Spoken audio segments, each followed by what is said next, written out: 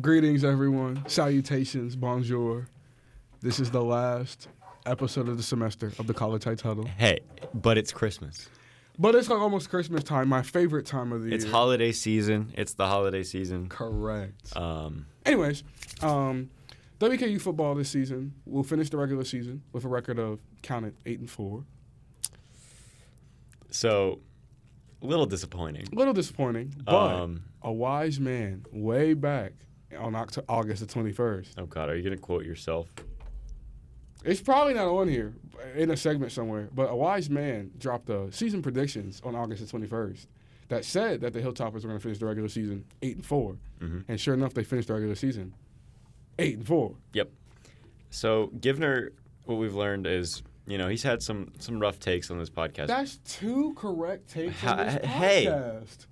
I was about to gas you up.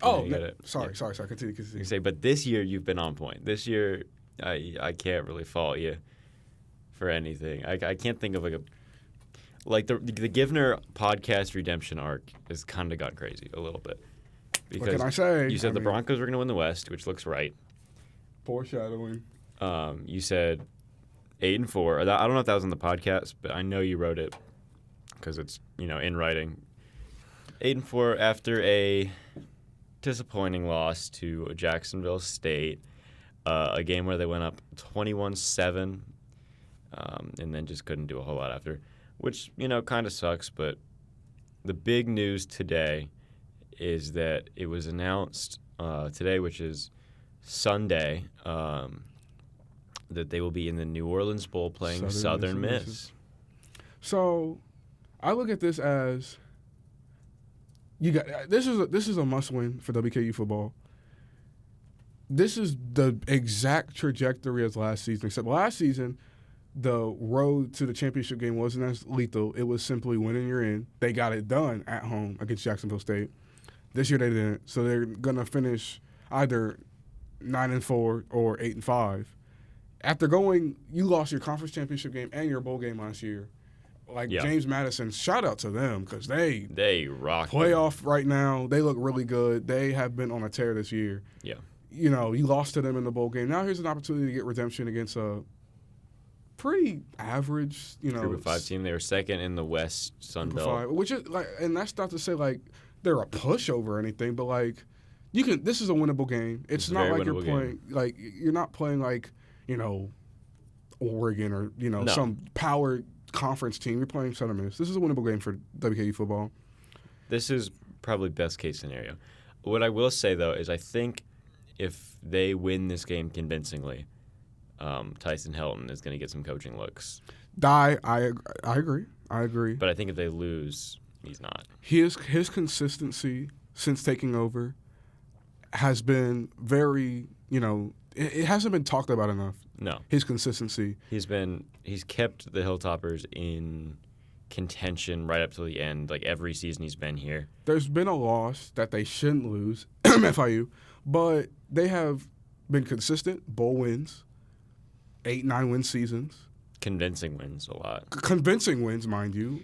Keeping it close with LSU helps his resume. I mean, no matter what you think about that LSU team, you going into an environment like that, even LSU season was over, they still went into Baton Rouge at night and kept it close.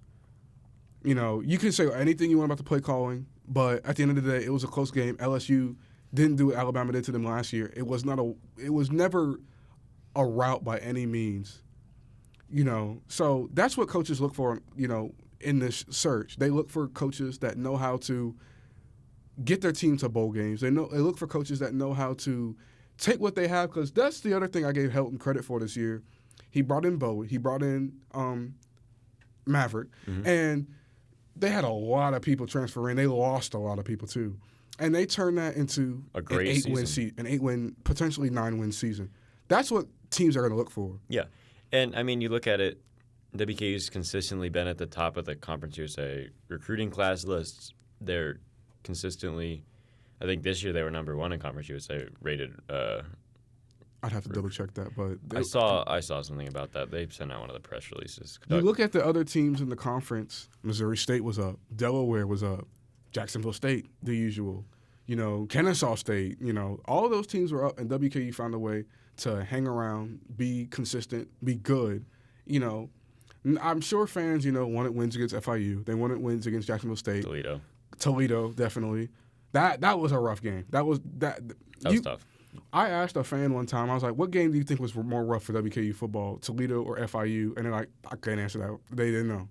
I just walk into the stadium, just some guy saw my media pass and, they're both really bad games. They were really bad losses. But at the end of the day, those are games you got to win. But hear me out. So Helton wins this bowl game. I think he gets looks for head coaching jobs at like a higher group of 5 school.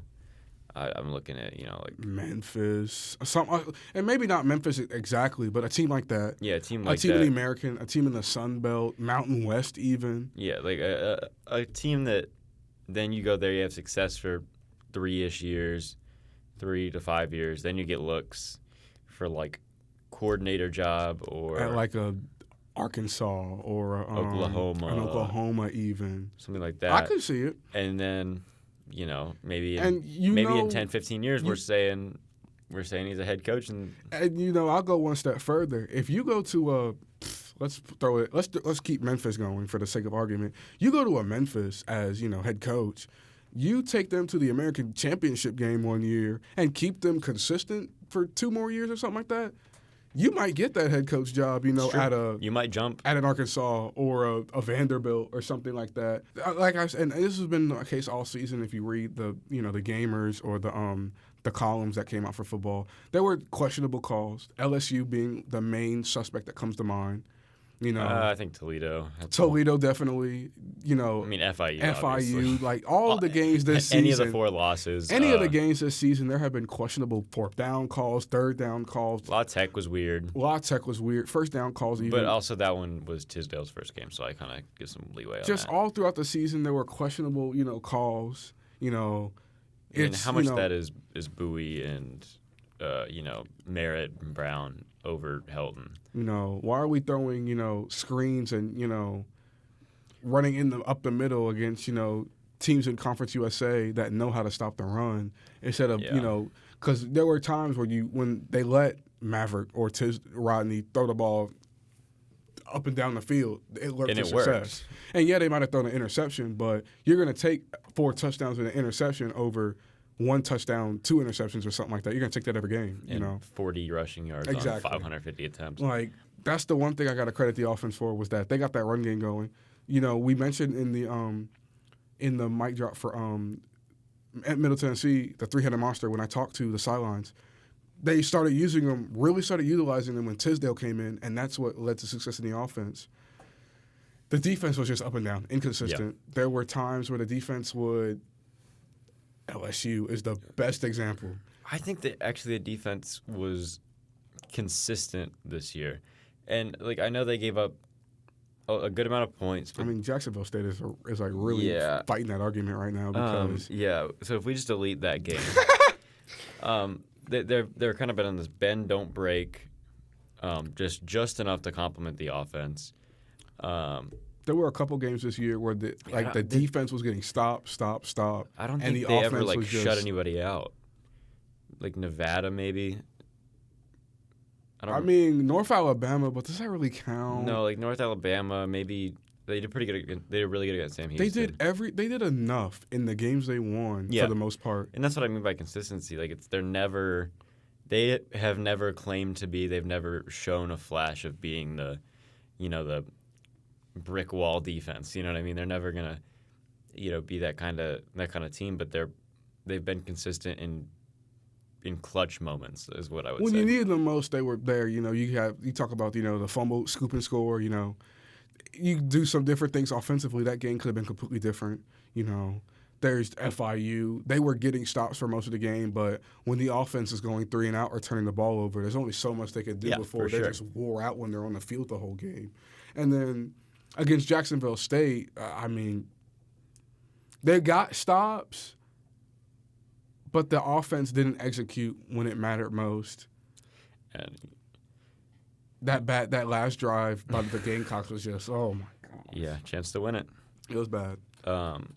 But, I mean, so this is, for all intents and purposes, probably the last podcast talking about Western football because the bowl game will be over winter break. Yeah. So I think I just want to highlight a couple of really, some of the high points from the season, who to look for next season. I was going to say, what are your expectations for next year? Like, I don't know, but my first thing I want to point out is Jalen Wester was the best player on the team all year. One of my favorite pieces was the spotlight I did on him.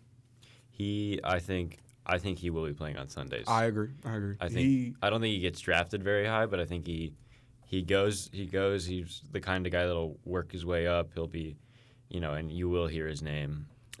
There's no way you don't. He could very well, fill a role, a linebacking role, an edge rusher role, or on a team. 94 tackles on the year, like. I mean, he's just been. I can tell you, we were in the press box at LSU. The PA, I swear, was Wester. Saying his name. Wester.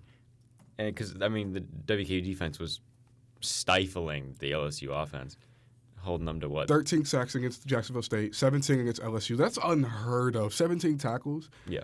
6 against Middle Tennessee State. Low. He still had a sack. Yeah, 6 tackles and a sack. I mean, who is... A half sack, but, 15 against La Tech. Who's going to say, that's not a bad game at all? No. A scout is going to look at that and say, we want that on our team. We want someone that can make tackles, that can disrupt the backfield, stop the running back for minimal gains. That's going to be another thing that they look at. And, talking to him in the press conferences, he's very good. He's like I talked to him after LSU, and he's the kind of guy who's like, we're going to work better or work to him be and better Lewis. next. And Lewis are really coachable. They're really approachable. Go-getters. And they know that no matter what the score ends up being, they can do better. And that's the mentality that stems from... He has an NFL mentality. That's the mentality that stems from Merritt and Devon Brown. That's all them. That's... I talked to Wester about... some insane credit to... I talked to Wester about, Warren Sapp and, I can't remember the defensive coordinator's name at Colorado, and then Dion. But, he also got coached at FAU by Will Taggart and stuff like that. So it's just a line of good coaches, where that mindset comes from, not having an ego, knowing that no matter what you do. I bet he's like, 17 tackles is good, when they played LSU, but I should have gotten, 27 tackles. That's this mindset. And that's an NFL, that's a Sunday mindset. For sure. No. I totally agree. That's another thing I want to touch on. Give some credit to this team is the 2 rookie defensive coordinators, co-defensive coordinators, Davis Merritt and Devon Brown. I know they had a couple rough games in there, which is to be expected. I think a co-defensive coordinator role is always going to be a little shaky, especially in the first year. Mm-hmm. So I think altogether what they were able to do is actually pretty impressive. I think there's a lot of highlight standouts. I think like we said, Wester will be playing on Sundays. I think the secondary was actually really good, and they struggled against the big play a little bit, but overall I think solid season. Their run defense after the first half of the season or first couple games really locked in a little bit. Yeah.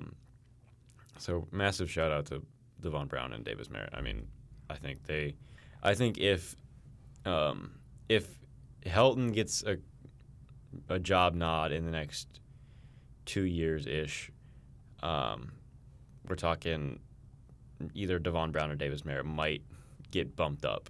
I think that they have the best chance to kind of take that role if they hire within. Now I will say that WKU's offense has normally been a 40-yard passing season from a quarterback, and then a sprinkle here or there of a running back touchdown. That was not the case this year. The most receiving touchdowns was Matthew Henry, who I also think will be playing on Sundays. Probably, yeah. 762 yards, 6 touchdowns. He's a senior who's graduating. You'll have one more year of Hutchinson, who I think could get there. Especially in the screen game, the kind of slot. He could be a really good slot receiver on a rebuilding team. Even if it's off the bench, I think he could be really good. Yeah, he's incredible. But it's that running back group I mentioned. Marvis Parrish did not have a rushing touchdown this season. Big fat 0. He had one through the air. He only got 1 touchdown this season? Yep. Marvis Parrish. That's right. Did not get a whole lot of love in the red zone. He didn't. It was a lot of Lavelle and George Hart, and that's what I was going to talk about Lavelle. 5 yards per carry, 10 rushing touchdowns. I mean, those are Sunday stats for those sure. Those are Sunday stats. You know. I mean, the yardage wasn't all there. I don't think. What did he? He only had 460 yards, but in a 3-man backfield. Plus, you add Hutchinson, who had 13 carries, 88 yards, and 2 touchdowns. You add Tisdale. McGill, who got some carries. I forgot about McGill. I know he had been flashes, such a long season. Flashes and then disappeared. But you add all of that together, like that's a pretty. It was a really good backfield by committee. I think it exceeded the expectations that we all had for it. Obviously, from the touchdowns, George Hart, Lavelle Wright, but Marvis Parrish was really good between the 20s, and it seemed like they went with a different running back like through each stretch of games. Like it started out as Parrish, then he had a rough game. Hart. Then they were just trying to figure it out. They're just trying to figure it out, and I don't blame them for that. But my question moving forward is going to be are they going to keep this? Are they going to go back to the gunslinging quarterback? Because that was the expectation. You expect Maverick to come in, throw 40 touchdowns, 40 touchdowns between 8 or between 5 to 9 interceptions. Well, he just struggled with, in that FIU game. And, Tisdale came up and looked better. And we got to shout him out for that, I think. Tisdale did great for the situation he was put into. I mean, you're talking not true freshman, redshirt freshman quarterback, played a couple of meaningless snaps last year. Comes off the bench, starts his first ever game, overtime thriller victory. I mean, what a game. Then comes back, couple games that he looks pretty solid, then goes and looks pretty good in against LSU. I mean, all things considering, that first drive against LSU. That opening drive was eye-opening because it's it was you set the tone, you immediately take the crowd out of it. Yeah. Every play, they're getting loud, That's a big stadium. That's a loud stadium. And conversion after conversion after conversion, take the crowd out. And the problem is they didn't execute in their red zone. The crowd got to keep staying it. It's oh, man, you got to convert those. I think if he stays in Bowling Green, he's obviously going to be a starter next year. I agree. Although he might transfer. Who knows? And then I think your receiver one, I think KD probably stays. Musa, you think? I feel like Musa has better tape and might transfer. Okay, I can see that. I'm worried Tisdale will transfer because he's got good tape from this season. He's young. A lot of power schools would like to get, a guy that's still got 3 years left of eligibility, who put up some good tape against a team like LSU. Put up good tape coming off the bench in a crazy situation. I feel like there's a lot of teams a lot better than WKU that'll. And I think that also goes with how is Helton and the staff going to, finagle that? Because if Tisdale leaves, you lose McIver, you lose Tisdale. Your quarterback after that is going to be Parks, right? Parks. I mean, not favorable. I'm sure they'll try to find someone to bring in. And Parks might look good now. I mean, he's been on the bench here 2 years. Yep, and we don't know how he looked. We haven't seen him yet. Maybe they know something we don't. But it all comes down to what happens with Tisdale. So WKU football, I think. Rate the season. B plus. B plus. I think I was not high on them coming into the season. I thought, McIver was going to struggle. I thought the running game was not there to help him out. I thought the defense was too obliterated to, really stand any chance against some of the higher power opponents they played. Yeah, I think that's sort of the conversation I had with Chuck before the season started. Was he was saying 3-4 wins, and I'm like, no, I think it's going to be questionable because of they got a lot of transfer portal people, and a lot of them were for example, Burrows didn't really do anything at Wisconsin. Wester was at Colorado, so it was just a lot of filler people, and the big question was going to be how is McIver going to be, how is the offense going to look. And I think they definitely exceeded most expectations. I picked 8-4 because I I didn't think that Conference USA was going to look the way it did. I thought it would just be Liberty, Jacksonville State. God, Kennesaw, right? No, you told me Kennesaw State. We'll get there. We'll talk Kennesaw in a minute here. I mean, it's just I didn't think Coosa would look the way it looked. So I said 8-4 because it's like they'll take care of the FIUs, the New Mexico States, the teams at the bottom, and they'll compete with the Jacksonville States, the Liberties, stuff like that, when it comes time to play those.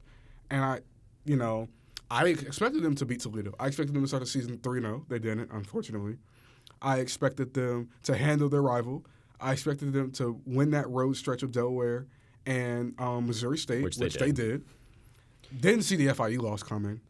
I expected them to handle New Mexico State. And then it's like I was saying in the mic drop, those last 3 games, even though MTSU had a down season, rivalry games are always never really a cakewalk. And MTSU was hanging around for a little bit. It's kind of scary a little then bit. You got to go play the team for Baton Rouge, and then you have to go stay down south and play Jacksonville State. Never a given, Yeah, and you're so right. And I think the best way to look at this is just going back to that consistency from Helton. I mean, without Helton being as consistent and as good of a coach as he is, they would have not. They're losing games because I think if it wasn't for Helton, I think they lose.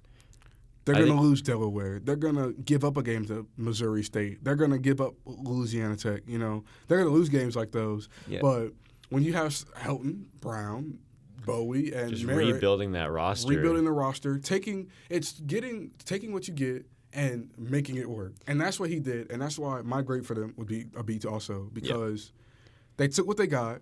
It wasn't the best by any means, but they made it work. Yeah, I mean, I think that this season exceeded my expectations, but the way that they played early in the season, I think, raised my expectations from where they were. So I can't give them like an A. Once we saw them, handle Sam Houston, start the season, despite the Toledo loss, they then rattled off 3 more wins in a row. And it's like, okay, you're 5-1. You handle FIU. They didn't do that. You're looking good. Now, I won't say exceed expectations yet. I need them to win the bowl game. Yeah, okay. I know. I think that's fair. It's like what you talked about. This is WKU. It's like a lily pad. The expectation isn't playoff. No one comes into the season thinking playoff unless if you're me, delusional.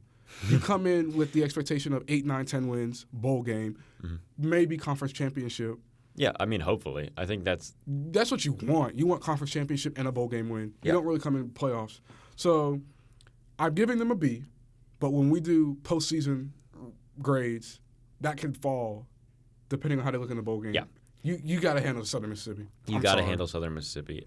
So, yeah, big year for Conference USA, big year for WKU football. Looking ahead to next year, I think it's been confirmed they're going to play like Indiana and Georgia on the road next year. Oh, my God. So I'm not going to be here. I'm graduating. But no, but like me, you, and Austin. Are we not going to Athens? Bro, what do you mean? It's going to Bloomington. We're going to both. Hey, I'm marking it. I'm putting it in the calendar. We're going to both. Well, just like Givner's academic career coming to a wrap, we're going to wrap up this segment. Sending it off to Morgan and Peyton. Thank you to Nathan and Giv. With football, I'm Morgan. And I'm Peyton. And today we're going to talk about WKU Volleyball. They went to NCAA Tournament this weekend. It was this weekend. And Peyton actually got to go. I could not because I had to work. But Peyton got to go. At the University of Louisville. A little disappointing of a result. They earned the 7th seed, better than what they did last season in the NCAA Tournament. Earned the 7th seed and drew a familiar face in Marquette. They played earlier this season where Marquette swept them. Yes. And unfortunately, that was the same on Friday for WKU. Swept 3-0, but it was very competitive. Both teams hit over 300 on the night, which is insane. Travis Hudson said it best. The Hilltoppers hit 320, and he basically was like, when you hit that amount in an NCAA tournament, you're supposed to win. But bless you. don't do that again. Are you prepared to die, Producer Malone? Malone, this is the last time anyone will ever hear from you. Anyway, that was a joke, I promise. Yeah, we're not actually going to kill Producer Malone. No. If we do, we don't have a podcast because no one else knows what they're doing. Anyway, yeah, Travis Hudson said it best, just they hit 320, and when you hit 320 in an NCAA tournament, you're supposed to win. Yeah. But Marquette simply could not be stopped. They hit 375, had 6 service aces, and it was offensive. The main takeaway was WKU just could not get to the balls to dig them, and it was obviously emotional. 3 seniors played their last game, 2 of which got significant minutes in Callie Bauer and Abby Schaefer. And it was more of a frustration kind of thing from Coach Hudson. He was just like, they couldn't do anything. And it was because of Marquette's outside hitter, Natalie Ring. She did everything for Marquette. And despite, I believe it was 5 blocks from Izzy Vanderweely, she got whatever she wanted when she wanted it. But in set 1, WKU dropped it 25-22, back and forth. But Marquette eventually went on a run to take a 24-20 lead, and then the Hilltoppers held off 2 set points to make it 24-22, but then a kill from Marquette put the set away. And then in set 2, once again back and forth, WKU came out really strong in the second set, jumped out to a 4-2 lead, but once again the offense from Marquette couldn't be stopped, and they took a 7-4 lead, and then they started trading points back and forth, just because, I mean, WKU was hitting the ball like crazy. They were getting points when they needed them, but Marquette led 21-20, and then just multiple kills from Marquette gave them the set as WKU fell 25-21. And then in set 3, it was all Marquette. WKU lost 25-16, and it just wasn't their set. They had their backs against the wall, but they went down 15-11 early and were able to kind of fight back. Went down 20-15, but once again, despite Izzy Vanderweely, she played wonderful. Had 9 kills, had 5 blocks. That she was the defense they needed, but Marquette simply found ways through Izzy because you can't have one blocker trying to do it all. Yeah. And it just seemed like they were a bit off when it came to the Marquette offense. But I think just watching Marquette, they were severely underseeded. Even watching their next game, they had to play Louisville, took them to 5 sets, almost upset them. So I feel like Marquette was extremely underseeded, and they played extremely well and showed that they can play whoever. But yeah, obviously, like I said, 3 seniors graduating, and the Hilltoppers ended their season 27-6. So not the most ideal outcome for WKU, but obviously a very young team looking ahead to next year. They are only losing 3 players to graduation. Obviously, other things can happen. Transfers. Like transfer portal. But yeah, it was really interesting in the post-game press conference. Travis Hudson, he mentioned how he doesn't feel bad for his seniors leaving because they've accomplished everything there. They've won big games. They've gone to the NCAA tournament every season. Mm-hmm. Obviously, it's never nice to see your team leaders go on. But Abby Schaefer and Callie Bauer were really grateful for just what WKU Volleyball has done for them and everything. So not the ideal situation, losing in the first round, which is the second straight season they've lost in the first round.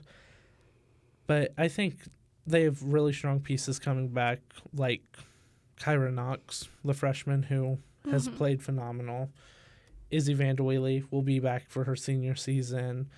And then Olivia Skidmore and Faith Young, two really good, going to be juniors next year. Mm-hmm.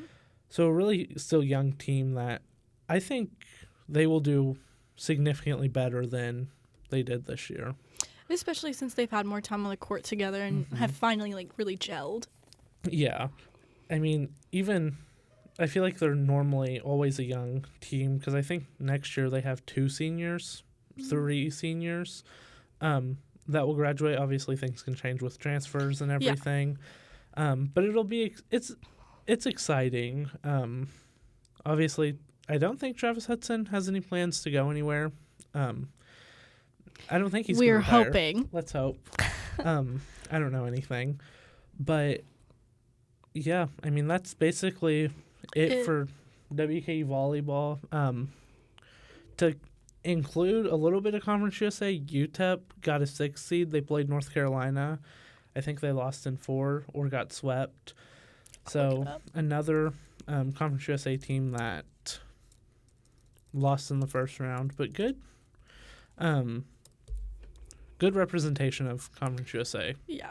I think both WKU should be extremely proud, considering at the start of the season they were without Kyra Knox for a month, without Callie Bauer for 1 to 2 games, without Izzy Vanderweely for 3 games. We're without so many people for a couple of games.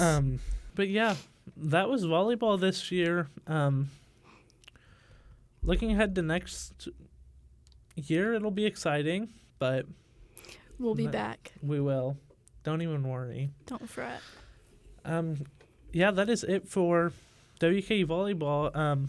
We are going to kick it to myself and Nathan Mueller talking about men's basketball. Bye, guys. Thank you, Peyton and Morgan. My name is Nathan Mueller. I'm the sports editor here at the College Heights Herald, and we are going to be talking about some men's basketball. I'm here with Peyton Reid. Yes. Our men's basketball beat writer. Of course. He was off yesterday during the Evansville game, so that's why I'm here, because I covered that. Which I think I'm glad I wasn't at the Evansville game. It was by the sounds of it. They won, but it was painful. We're gonna talk a little bit about Evansville, and then we're going to backtrack just a little bit and talk about the battle for Atlantis, because there were 3 games that we have not talked about on this podcast, and it was... And 3 games WKU should have come out. They should have went 3-0. Yeah. And they went, what, 1-2? Yeah. So... Well, let's start with Evansville. Evansville was here in Bowling Green, in Diddle Arena. It was actually kind of a packed house, like, comparatively, especially for finals week. Oh, that's good. I think it's that free pizza that they were offering. I'm sure. But I'm sure they still even had a lot left over. So the starting lineup, Terrion Murdoch was injured, so he's the starting point guard coming into the game. He was replaced with freshman Armello Boone, who had a pretty quiet night against Evansville, but he's been very solid all year, showing some incredible flashes, especially just driving to the rim. And so to see him get into the lineup is kind of encouraging. We'll see what it looks like when Terrion gets back. No word from Coach Palona on that just yet. But the real story of the game against Evansville didn't come from the starting lineup. It came from the bench. Ryan Myers, he had 19 points in the first half. I think 27 overall. He shot like 5 for 7 from 3. Oh, wow. So the Hilltoppers went down 10. So the way this game went was kind of insane. They went down 10 with like 13 minutes to play in the first half. Then they went crazy. They outscored Evansville like it was like 30-10 or something. It was something crazy. And then they kept the pressure on for like the first 8 minutes of the second half, and then just dissolved. Like defense dissolved. They couldn't do anything in the paint. They weren't hitting anything from three anymore. Ryan Myers kind of cooled off a little bit. So I think Evansville, their freshman guard, Mueller, he matched Ryan Myers' 19-point first half with a 19-point second half. Oh, wow. They were on track to win this game. WKU did not ever kind of like figure it out and lock back in. The only issue was that Evansville didn't move quite as fast as they needed to actually complete the comeback. They were sinking they needed 3 or something, and they sunk a layup with 0 showing on the clock. Yeah. But if they had fouled one more time, they probably could have won. It was interesting. I did see a little bit. Cam Hafner didn't get a lot of playing time. He was struggling. Yeah, and he just transferred from Evansville, and he gave WKU a problem last season when they both played, but definitely it was nice to see a different lineup because Cam Hafner has been playing pretty good. He played decent in Battle for Atlantis, but I thought he would get more playing time than he did. Yeah, I wrote down when I was starting my piece on the game, sitting up in the rafters. First thing I wrote down was Cam Hafner revenge game ? And no. Yeah. But he hit the first point of the game with a little step back three. You know that step back three he always tries. Yeah. And usually doesn't hit, but he hit it this time. Oh wow. His only 3 points. Yeah. So and then after that he was just kind of not in the lineup. How many minutes did he play? 8. Yeah, that's insane. He's a starter. 2 starters played less than 10 minutes. Who, him and Armello? Him and Blaze Keita. That makes sense. Leroy Odiahi was in, and Brian Salabunge were in this game a lot. Salabunge had a double-double. Oh, wow. He was one of the... So, like, Teagan and Armello Boone could not attack the rim at all this game. Mm-hmm. So the only, like, paint production that they had was coming from... Brian Salabunge, and I think Teagan had 10. But, Teagan usually has, like, what... 20. He's averaging like 20. But I think it's nice to see that if Teagan Moore has an off game, there are players behind him that can pick it up. Because I think without Ryan Myers, this would have been a totally different game. Yeah, without Ryan Myers' 19-point first half, I mean, this is a WKU loss. This is a WKU blowout. Mm-hmm. It's nice to see that they don't have to rely fully on Teagan. And, Coach Polona, after the game, was talking about they're a very physical, big team. They are designed to beat the Hilltoppers. The Hilltoppers really, their identity has been that driving to the paint. Teagan Moore playing that bully ball down the lane. And their size and Connor Trumbull, their junior forward was insane. He had like 9 steals or either 9 steals or 9 blocks or something. Oh, dang. Can't remember which, but he was a force down there in the paint, and so having a guy like Ryan Myers, kind of step up and be able to, capitalize on the fact that their defense is good in one area but bad defending, be on the arc or whatever. It is good to see. But now it's time to go to the games that I did not cover, the games that you covered. Yes. The battle for Atlantis.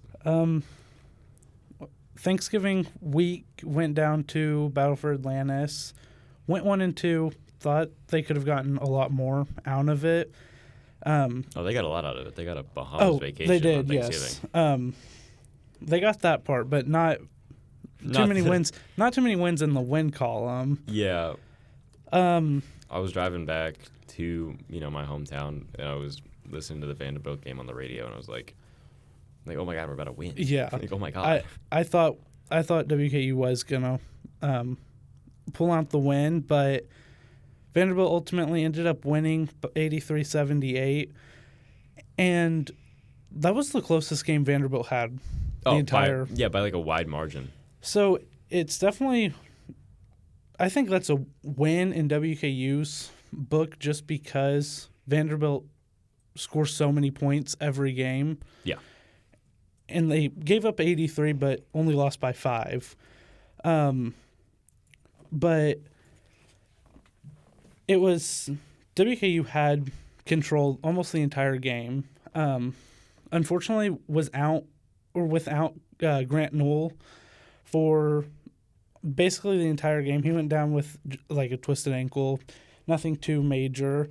But once again, Armello Boone, he showed up big, came off the bench, had 16 points for WKU, and he was that spark off the bench. They always have 1 or 2 guys off the bench that really gives them that spark. This game, it was Armello Boone. He had 16, and then Bryant Celebonge had 9 points, 9 rebounds. So, I mean, it was back and forth for the most part until WKU kind of fell apart towards the end of the game. Mm-hmm. Is really what happened there. But they found their three-point shooting during that game too, which was nice to see because they had been struggling. But Cam Hafner, he really showed out that game. And Hank Plona talked about it. They are bigger than the Hilltoppers Vanderbilt was. But WKU was able to out-rebound them, which I thought was going to be a key factor in their win. WKU's rebounding has been incredible. Yeah. These last couple games. I mean, they've definitely come up big. Yeah. Like I said, Evansville, they kind of struggled because of that size. Mm-hmm. And but they still were. I think they still out-rebounded them pretty consistently. Like I said, Salabunga had that double-double. Let's talk about South Florida.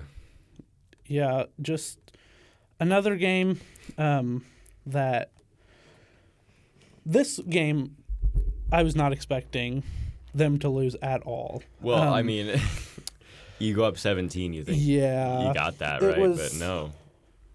But USF was down 17, was down 17 with 1:30 left, and then they went on a 7-0 run, which saw them get a buzzer beater to cut it within 10, 50-40, and then in the second half, it was just all USF, really.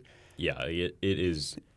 It was insane to watch. Like, I logged on late because it was like Thanksgiving weekend. I was busy. It was So I pull up my TV and I'm like, oh my god, they have like a 20-point lead. I was like, okay, this will be. And then I was like, okay, like coming out of halftime, like they were hitting some shots. It's like, what's going on? And then it's got worse and worse. I do want to mention that was the overtime game, right? Yes. Well, us by 6. I do want to mention 25 seconds left. It's tied 84-84. They draw up a play. Cam Hafner gets it. He's been shooting decent from 3 during Battle for Atlantis. Throws up his favorite step-back shot and misses it very badly. Yeah, and back to USF. Yeah. No time off the clock. But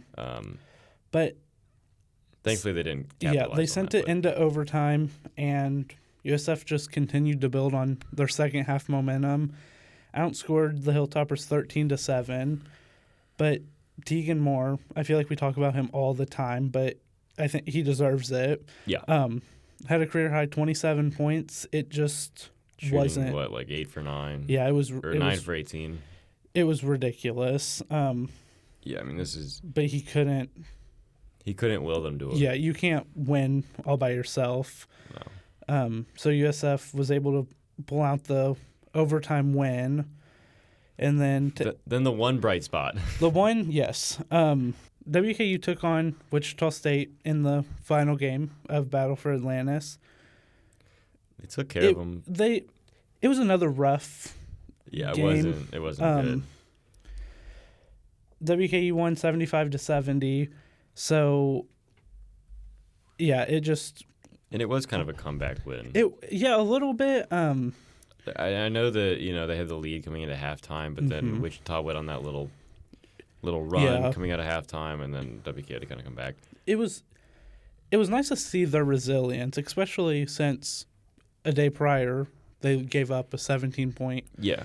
I mean, there was a lead, point and then in here where I'm seeing that they were leading 46 to 38. So it just, but once again, their young team is coming up big. Armello Boone had a career high 22 points during this game, and then Tegan Moore and Grant Knoll continued to do what they do best, scoring. They both had 18, but it was Cam Hafner redeemed himself in this game. I think he probably knew that. Yeah, it was. He needed it after not the best shot in that overtime win, obviously, but he came 38 seconds left. He came up with a steal for the Hilltoppers, and that sealed the deal. Wichita State had to foul them, and WKU hit their foul shots, which they at the beginning of the year they struggled with, at least a little bit, but they were able to hit their foul shots and took the lead and didn't give it back. Yeah, so, and which one thing to touch on is every game after like Bethel has been very close, contested, kind of ugly. Even when they do win, I think after Bethel they're 2-2. So just kind of a rough stretch, even though they've won 2 of the games. And they go on the road to play. They go on the road to play Marshall, which, historical kind of rivalry from back in the day. Yeah. I think this has a chance to be another one of these close, scrappy games. Yeah, but I mean, I guess a win's a win at the end of the day, and you want to build on that momentum. They've won 2 straight after losing the first 2 games in the Bahamas. So if they can build on this momentum, they have Campbellsville, another Division II team. Tulsa. And then Tulsa, and then they go into conference play. So if they can just build and take advantage in conference play, I think WKU has a solid chance of doing something. For sure. No. In Hank Palona's second year. Yeah, the conference slate is going to tell us so much more.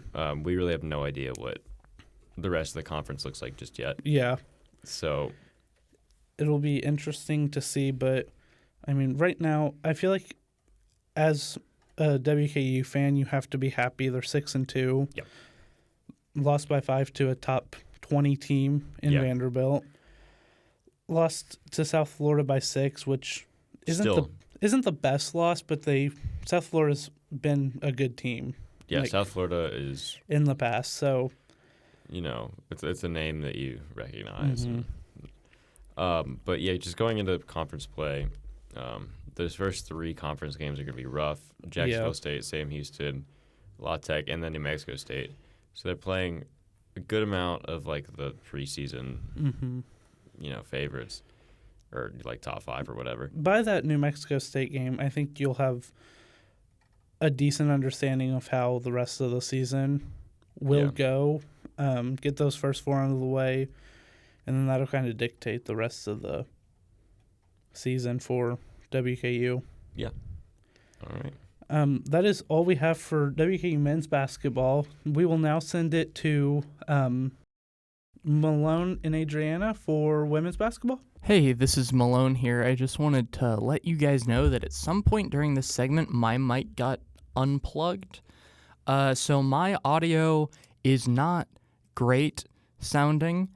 I just wanted to give you guys a little warning about that. But there's still another segment after this one, and I think this is a pretty good segment. So I hope you guys enjoy it, and happy holidays. Hello, everybody, and thank you so much to Nathan Mueller and Peyton Reid for that beautiful men's basketball segment. There we go. Yeah, Adrianna's wearing a really comically tall Santa hat right now. Shout out Veronica Butler, awesome roommate of mine, for providing this Santa hat. It's the holiday episode.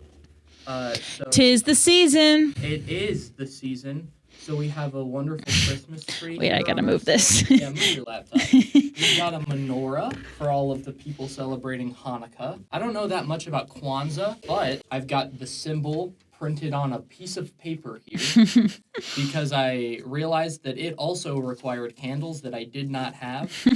And then Wintertime Squirtle is also here because some people don't celebrate any of those holidays. So yeah, happy holidays, everybody. It's been a wonderful semester to be here at the College Heights Herald. Did it fall? Yeah. You just gotta leave it, man. Sigh. My name is Malone Farmer. I just realized I haven't said my name. Yep. My name is Malone Farmer. I am a commentary writer and a sports commentary writer and the podcast producer. And I am here with my co-host. I'm Adrianna Lein, and I am the women's basketball beat reporter. Yes. And, you know, it's been a lovely, lovely season to be here at the College Heights Herald. But, you know, what's not been a so lovely season. Oh, what a sad segue. Well, they're 3-6 right now. They are. That's okay. WKU women's basketball has not been playing so great. Yeah. Can't even They lie. lost to Florida Atlantic, which I know I'm going out of order. But that one is the most disappointing. I agree. That one, I got a bitter taste in my mouth. So let's start and talk about that Illinois game, man. Let's. What's up with this Illinois game? There's sometimes in basketball where you just get outplayed. Yeah. And Like this was one of the... game. Correct. That was one of those games. I mean, yeah, there's really not that much to say about it. This game, I'll preface, I had to listen to on the radio, and it was being very finicky. So my spotty memories because of that. But And this also did happen quite a few weeks ago. yes, this was a week and a half ago. Was it really only a week and a half ago? It was. It was Wednesday of Thanksgiving break. It just felt like so much. To be fair, they've had 3 other games in between. Yeah. I mean, so actually, it was a pretty close game going into halftime. You're not on the women's basketball. I'm not. The Lady Toppers trailed 27-23 at halftime, but a couple double-digit scoring runs kind of paved the way for the Lady Topper loss. And then we ended up falling 70-41. We didn't fall. Sorry. I just want to qualify for journalistic integrity that we. No, it's did good not that you fall. do. Yeah, we did not. The Lady Toppers fell. It's just out of just love for this team and support that I Desire include for them to myself. succeed. Correct. Yes.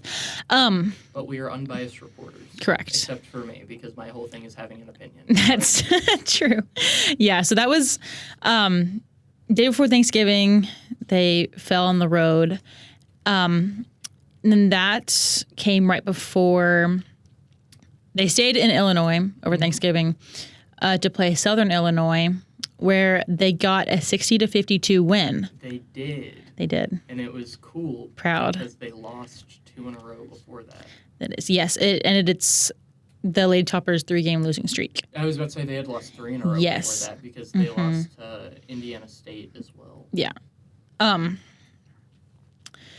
This, which is honestly kind of ironic to the FAU, the Florida Atlantic game, I got myself. WKU dominated the third quarter over Southern Illinois. I know. didn't know they could do that. That's not true because they had a really good third quarter Against Wichita. Wichita, yeah. Yes. But it was pretty neck and neck through the first 2 quarters, and then just a dominant third quarter kind of paved the way for the loss. But it was still a close game. Like, the final score was within 10. Yeah. But that Southern Illinois game broke their losing streak, which was nice to see, especially after the somewhat disappointing loss to Illinois right before. Yeah, the Indiana State loss was kind of... The Illinois. Well, yeah. Yeah, I was Illinois, just yes. thinking, like, in terms of the streak, like, the Indiana State loss Oh. was kind of disappointing. Vanderbilt wasn't that disappointing. Like, I wasn't expecting them to win. It felt like I was watching this team just get pushed around, and I didn't like that. And then, Illinois, I also didn't get to watch the game. I had to listen to it as well. But still, it didn't feel good to watch them lose or to listen to them lose. So I do appreciate that win against Southern Illinois. Yeah, definitely. And then the WKU finally returned home to face Florida Atlantic. Which seemed like Yes. a pretty easy win going into it. Yeah, I got people asking me my opinion on if it was a guaranteed win. And of course, I was unbiased, but I was like, I think it is a winnable game. And honestly, it was a roller coaster of a game that was it was a one possession loss. Yeah. We oh my gosh. I'm so sorry. I'm so sorry. We were in the stands We- the whole time. Yes. The women's basketball team lost 47-44. Yeah, it was So close. it was. Which is honestly impressive that the loss was that tight, considering how dominant Florida Atlantic was that third quarter. Yeah. Like, the first two quarters, it seemed like Western was ahead by just a little bit, but they would keep at a steady but good pace and take the game. And then third quarter, they just came out and it seemed like It was crazy. Florida Atlantic couldn't miss a shot for like the 6 of 9 from 3 in the third quarter. In the very beginning of the third quarter too, where they just hit like so many. Like they would put up a shot and I'd be like, that's where the 3 streak is gonna end. And then it didn't. And it was just crazy to watch, especially as Western was continually putting up nothing. Nothing of substance at least. In a very frustrating turn of events. Yes, but it was nice to see them not give up going into the fourth quarter, and they went on a little scoring run to get back into the game, and then eventually to tie the game. That was refreshing to see, definitely. Yeah, it was nice to see that fourth quarter comeback against Florida Atlantic. It was also good. We talked about this a bit, to see Lola Bond get some and Annie Arrivo both get some serious playing time. Trinity Rowe is back at least a little bit now. Yes. But for a while there was that absence of her. They didn't have a true point guard other than Lola Bond that could play. And so it was nice to see those kind of upcoming freshmen get a chance to, to get some serious minutes on the court, especially Lola Bond, who I don't think always makes the right choice, but, as Coach Collins was saying, doesn't always make the right choice, but she plays with a level head. And I think that's really important because it seems like this team struggles to do that. It seems like they struggle to find confidence in the choices they're making, playmaking and stuff. Yeah, I would agree. And then this afternoon, the women's basketball team traveled to Miami, Ohio to face the Redhawks. And it was a pretty disappointing game, I would say. Jennifer Silva was the only player who broke 10 points, right? Correct. She had 13. They lost. I said they. Look at me go. Look at you. They lost 80-53, which honestly could have been a bigger deficit. Not as bad as their Longwood loss. Correct. That one is maybe the most disappointing loss of the season. To be fair, that one They had just fresh off the Trinity Row. correct. Which I think definitely contributed to that. Yes. Speaking of Trinity Row, the sophomore guard transfer, From Southern Miss. I almost said Mississippi State. That's wrong. She came back today. She did. She started. She, I think, if I'm not mistaken, put up. Yes, she did. She put up the most minutes with 28 out of anybody. Yeah. Which first came back from injury 28 minutes. I mean, that's pretty impressive. Yeah. And it was the most. Like, it would be one thing if she posted 28 and then other people posted in the 30s. But Zofia Talegdi, Jennifer Silva, all, both put up like 35, but they did not. Which is crazy. Correct. Yeah. But it's like I said a little bit ago, sometimes you're just simply outplayed. Yeah. And in my game report, I attributed the loss to Miami's, I called it a shooting masterclass. It's just very efficient shooting, but that is an understatement because they simply just were one step ahead the entire game in literally every single facet. Like, something that from a player standpoint is really important, especially for guards, is knowing what you're going to do when you get the ball or like knowing what move you're about to make. And that is something that WKU, that's not their strong suit. They don't do that very well. But Miami, Ohio was on top of their game in that regard. Like, one person would cut and then a person from the wing would, or like one person would penetrate and then a person would cut. And like, it was so just, head coach Greg Collins called it a well-oiled machine. Like, they were just so in tune with each other and so in tune with how all their players play and how that kind of merges into their one team.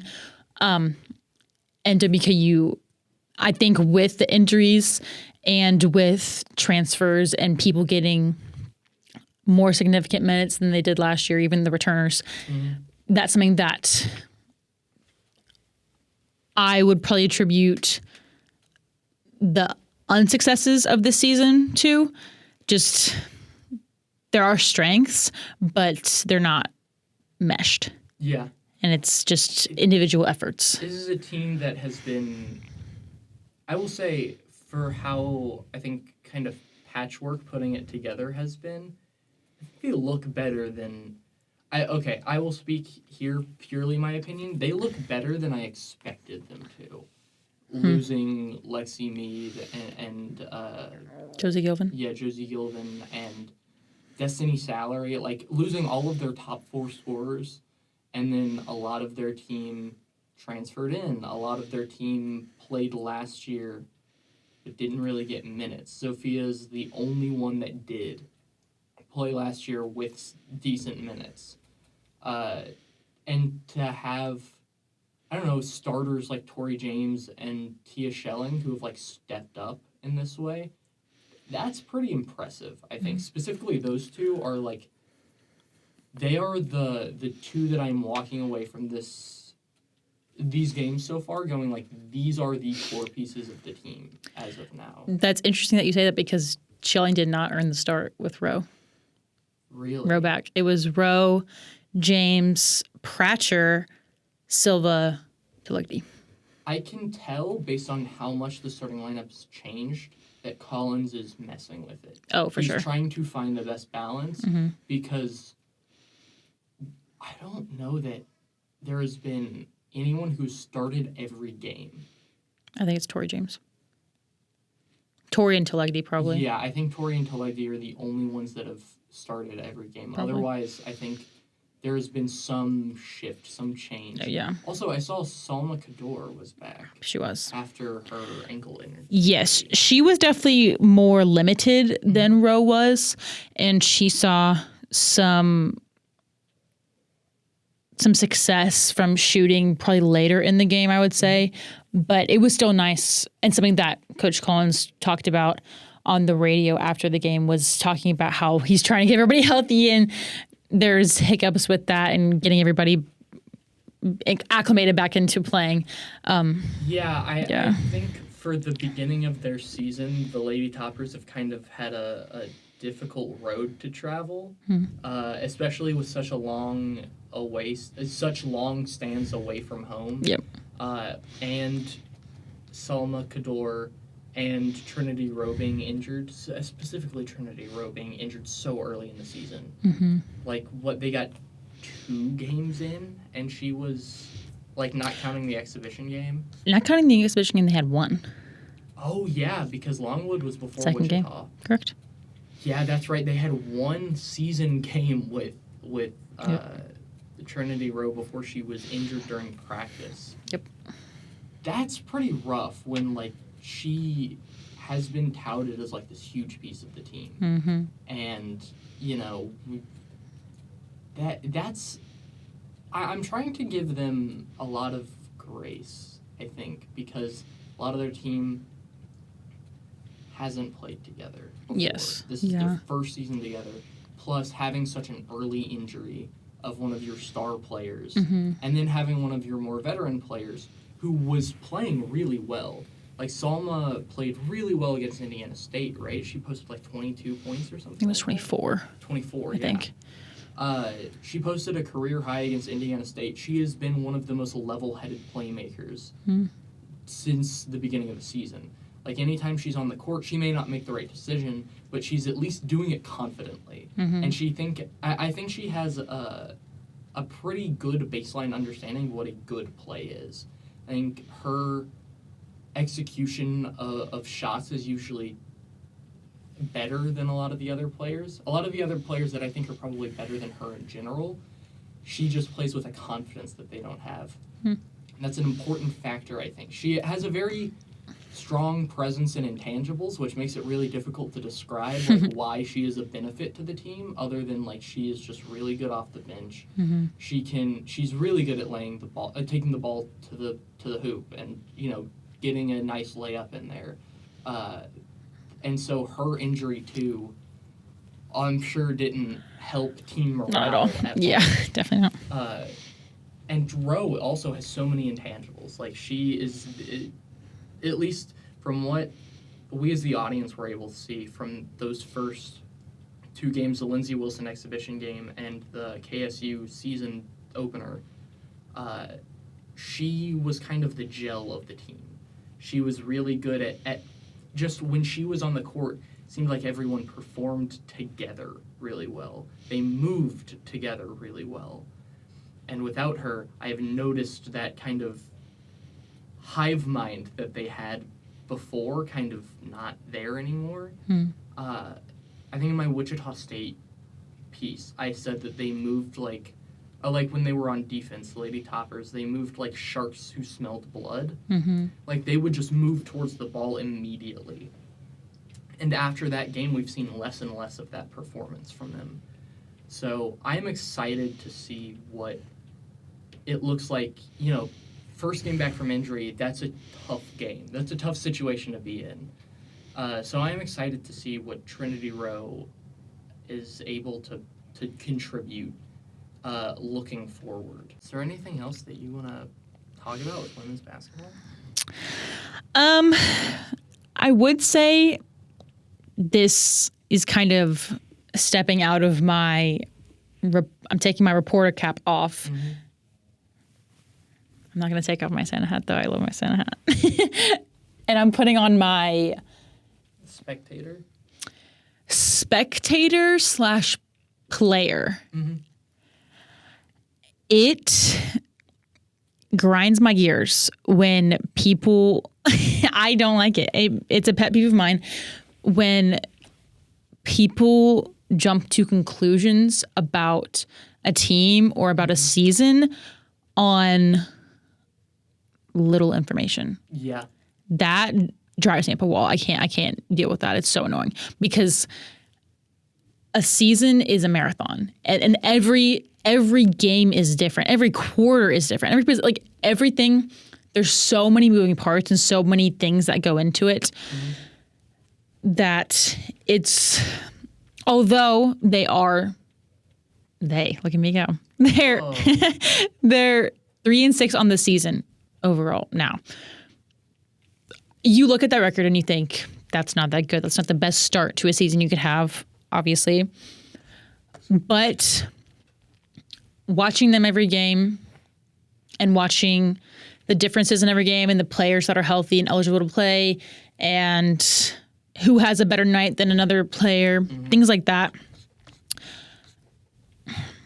I would not say that I'm worried about this team and about going into conference or just finding their way through the rest of this season.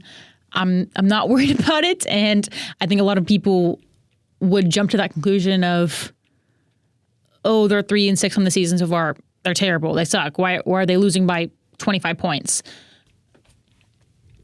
Well, let's take a step back. I think that's one of the things that, I don't know. I will say, I don't know if I've said that I'm worried about this team before, but I want to clarify where I'm at right now, which is a very similar place, I think, to you, which is there's so much about this team that we don't know.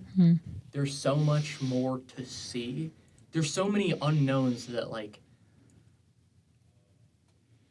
I don't even know how to, like, I couldn't, I think, confidently make a prediction about them. I couldn't either. Yeah, like, they could be bottom of the conference at the end of the season, but they could win the tournament. And either one, I would be like, yeah, sure, I don't know. Yeah, honestly. Like, I'm not, the team has been too variable each game. It feels like they change a lot every time I see them play. So yeah, I also don't like jumping into conclusions and stuff like that. There have been games that I'm worried about. Vanderbilt game was the one where I was like, ugh. Honestly, the Wichita State one worried me, but I know Vanderbilt by reputation as being very good at sports. yes. And Wichita State, Wichita's in Kansas? Yeah. Yeah, Wichita's in Kansas. Boo, Kansas. What do you got against Kansas? It's boring. Why'd Dorothy want to go back there? Huh? She had all. But yeah, I don't know. I'm. The only thing I can say about this team with confidence is that I'm interested in them. I think that's a good way to put it. Yeah. Yeah, it's because there's all these things that are up in the air. It's a random walk. It could go well. It could not go well, but I'm excited, and I think other people should be excited to see it through. Yeah, I agree. Well, looking forward, they do have the North Dakota game next Sunday at noon, and then that's followed by another 3 away games. Count it. 1, 2, 3. They're at Chattanooga, Charlotte, Tennessee, Friday, December 19th. Then they've got a little bit of a time with these guys. He just loves Tennessee. Okay, sorry. Gosh. Stupid state. It's not. It's not. Tennessee's fine. It's wonderful. Yes. Then they've got a couple week break for Christmas and New Year's, and then they start Conference USA play January 2nd against Jacksonville State. It's away. Jax State. Yep. And then 2 days later, wow, that is a quick turnaround, they play Kennesaw State at Kennesaw State, January 4th. And then, and only then, they return to Diddle Arena, January 8th. It's a Thursday. Today is the 7th of December. So you will not see the Lady Toppers in action at home until we reign in the new year. Yeah. It'll be 2026 by the next time we see them in action. Yeah. But then they've got a couple home games, and then we're off to the races in Coosa play. I guess let's hand this off to Jake and Givner with the longest segment any humans have ever created to talk about college football and the NFL. Yep. Thank you, Malone and Adrianna. I don't know. Thank you. I think it's just weak for how amazing of a segment that was, Give. I think we need to sing. What did they even talk about? Of course they talked about women's basketball. And I genuinely think that was the top 5 segment I've ever heard in my entire life. And so I think we need to, You didn't even listen. Okay. No, I did. I was sitting in the room. I just think we need to up our greeting game. I think maybe like wow. What a segment from our good pals Adrianna and Malone talking Lady Tops. But now us weak men must carry the flame. Don't insult me. Anyways, us weak men must carry the flame. It was a wonderful segment, but it ain't about to be better than this segment. Damn right. Hey. Thank you, Malone and Adrianna, for that wonderful women's basketball segment. There it is. I am Assistant Sports Editor Michael Givner, and I am joined by Editor-in-Chief Jake McMahon. Hello. Second time we've done this. Is it the second time this semester or just like in our lifetime? This semester. Because we did it once, but Nathan was in on it. We did a three-piece. Oh, yeah. We did a three-round. A three-piece? A three-piece combo no with a biscuit, yeah. With a biscuit. What are you? Like, what are you in the three-piece combo? I think I'm the leg. I'm the thigh. You're the thigh? Because that's my favorite so part Nathan's of the breast? Yeah. Bro. Wait, what? Why'd you say you were the thigh again? What did you? I eat that. Like, oh, that's your favorite part of chicken? yes. You're over like a drumstick. Yes. Really? Kroger chicken. It's a crisp weekday night, and my dad's at work, and he got Kroger's chicken before he went to work. Kroger's chicken, mac and cheese, some peas. Oh my God, keep talking to me. And the Givner household on 2535 was eating good. I'm not gonna. You know what? Let me run this by And you. there's some Hawaiian rolls. Hey, I'm gonna take a step up. I'm probably gonna order for dinner tonight. What? Popeyes, Popalicious. Okay. You didn't say KFC, so that's a W. Yeah, I mean KFC. Like KFC's not that good. Exactly. All right. I mean, I prefer Lee's Famous Recipe. Did you know they changed their logo? Like the one by my house? Yeah, they made it simple now. So Lee's or minimalism. Hey, for my Louisville folks, Indy's chicken is the best damn chicken in the world. Harold's in Chicago's clears, I'm afraid. All right, well, I'm sorry I'm not from Chicago, but Louisville folks will understand the heavenly restaurant that is Indy's chicken. I have to swing by there when I drive through Louisville. You need to. It's a magical experience that everyone needs to experience once in their life. Speaking of a magical experience, let's move on to real quick NFL, because this will be the last time we talk about it before. It'll be the divisional round. The Broncos, barring a collapse, should have the Raiders. They just scored a touchdown. Ooh, Las Vegas scored the touchdown to cut the lead down to 10 with 2 minutes left. Rams are over the Cardinals right now. Packers are up 7 on the Dolphins. What did I just click on? They're playing the Bears, I thought. Who did I just say? Packers, Bears, yeah. You said Dolphins. Whatever. Okay. You know what I meant. Two different animals. I don't know if you knew that. But that's not what I want to talk about.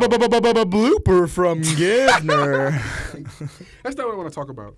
I want to address an earlier podcast segment. Oh, Jesus. Yeah, I've been waiting for this one. Before the NFL season started, ladies and gentlemen, I came on the podcast and said that my Denver Broncos, my favorite team, were going to win the AFC West. That's what I said. And everyone in this podcast room and everybody outside in the pub's office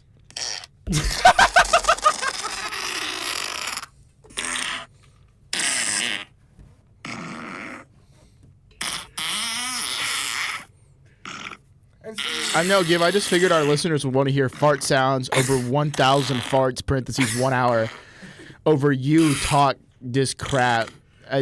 Wow, congrats. You finally got one right. This isn't a finally got one right. Because y'all came in here and swore up and down that wasn't going to happen. And now the Broncos are about to go 11-2 with the Chiefs basically eliminated from that division. It's all that's left is the Chargers.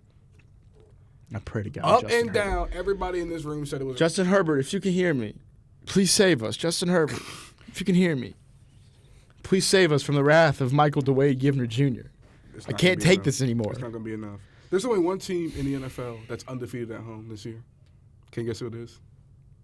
The Broncos. I was going to guess the Broncos. Yeah, the Broncos. Because who else would he talk about? Only one team. Only one team.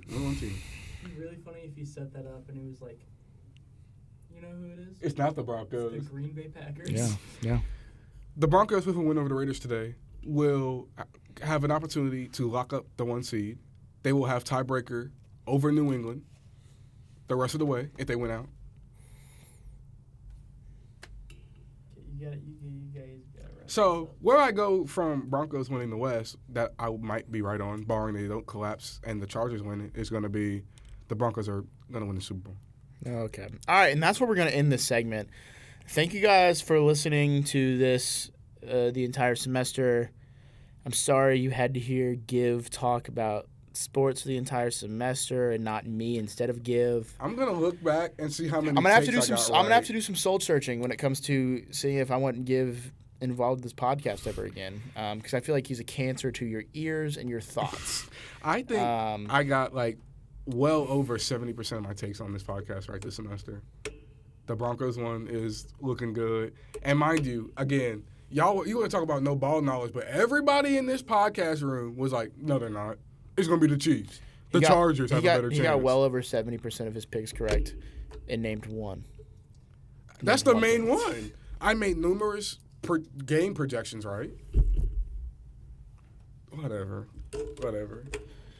And see, now they want to play it off that I'm right about the Broncos. They want to, play fart sounds in the mic. But let this just be a lesson that I do know ball. And I'm mostly right on my sports takes. And y'all just hate to see a black man prosper. Oh, my God. Don't say it. I didn't say it. I just said y'all hate to see a melanin warrior prosper. I didn't say you were racist. I just said that you hate it when black people succeed. You hate to see a man thrive. Kunta Kinte, this one's for you. All right, wrap it up. Oh my God, that's it. No, you're ending on. You got to end on Kunta Kinte. Thanks for listening. Thank you guys so much for watching and listening to the College Heights Huddle this semester. These guys will all be back next semester. Keep it going. Thank you guys so much for listening and watching to the College Heights Huddle.